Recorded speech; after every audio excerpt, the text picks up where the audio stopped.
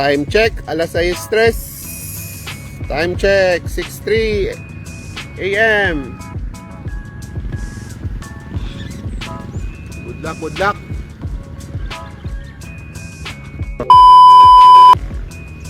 Oh, last 1 minute. Last 1 minute. 43 viewers. Good luck, good luck. B for PCI, BURC. Good luck.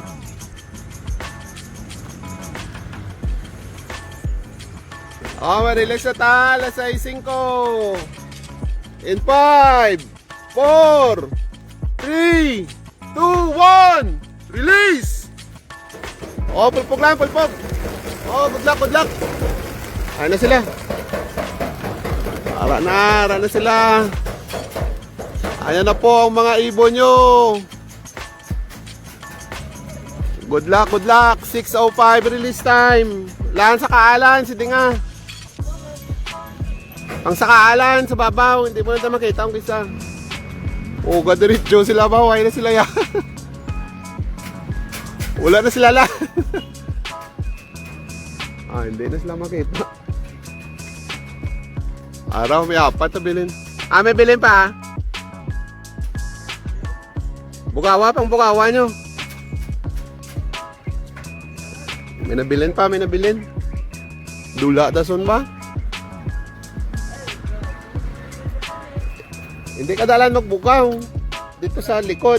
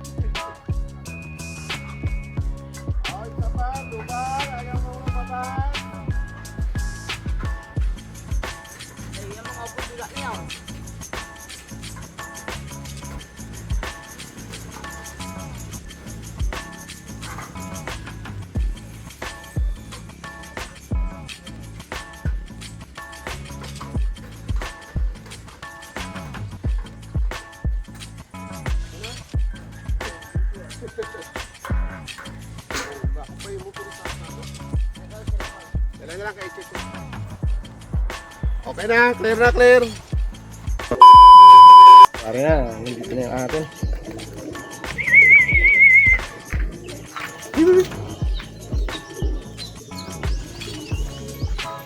Yo, what's up mga kalapatids? Training lang to. Hindi tayo sumali ng pooling dahil nung nakaraan na delay siya. Kaya training na natin. Pero talo naman pag sinali natin pooling. So yan, bali training ngayon. Hindi lang natin na-vlog agad dahil naka-charge yung cellphone natin. 8:23. Kaya nakantayin namin. What's up mga kalapatids? Bali punta tayo sa loft natin. Time check tayo. 9:20. So ayan, medyo blurred. Uy, may palit sa agila. Isang YB siguro dati, baka dinagit ng agila. Ano dito agila. So yun, training ngayon ng pang 7 training na ngayon sa south ng fundraise ng 150 days, 120 days. So may nagdala off life. So ayan, 7 training.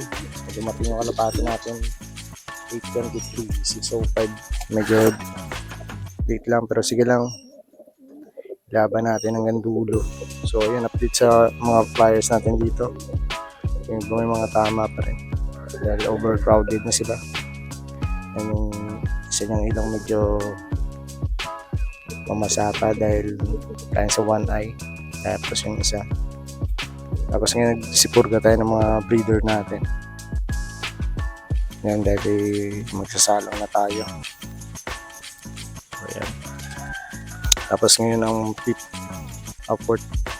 fourth lap ng Cold Bird, tapos fifth lap ng YB sa Batangas ngayon.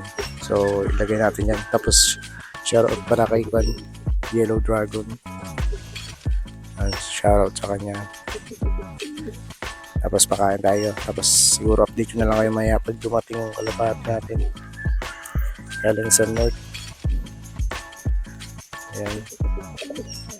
Ito malapit na ito mapisa. So yan, overcrowded sila. Dapat mga 10 lang dito eh. 10 hanggang 15. Tapos yung mga banded natin, isa. Ngayon, 2. Tapos 3. Okay. 3 pa lang yan dito. 3 pa lang. Marami pa tayong hindi nasuksok. So yan, pakain muna tayo mga kalapatids. Mga kalapatids, meron nag-lock sa Aklan. Yan, nasa 316. Antique. 316 yung distance sila. So, possible na papalapit na yung kalapate natin. Pinakapis o Tagaroa City. Pero yun, zero visibility pa tayo. So, paligo tayo ng kalapate natin mga kalapatids. So ayan. Tama. Pinamburga natin nung kanina. So ayan. So ito yung sasalang natin Rosun. So bili na tayo dun ng pares. So sakto lang yung magtapos mo yung red bar.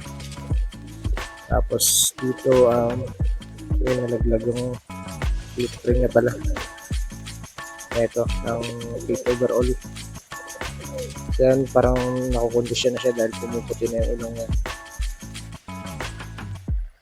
So yan, pero estimated natin baka mga 8 hours dumating yung ibon natin. Hindi lang madisgrasya. Ayan. So banded natin isa. Yung kaya, dalawa. Tapos yung red checkered 3. So yun, abang-abang na tayo dahil medyo palupat ako mga kalapatids. 11:44. Mamaya meron na mag-lock na Tagaroas or Capiz. A few moments later. Yo, what's up mga kalapatids? Time check tayo. Time check tayo 4:01 in the afternoon. So ayun, hindi pa nakauwi yung kalapate natin. Estimated mga 4:30, 4:27 cut-off na natin. Ayan. So minalas tayo ngayong norte. Bawi na lang tayo next season. So marami pa naman tayong i-breed. Yan, siguro hanggang dito ang video natin mga kalapatids. Kung nagustuhan nyo, pa-like, share, subscribe. Ingat. Check this out. Okay.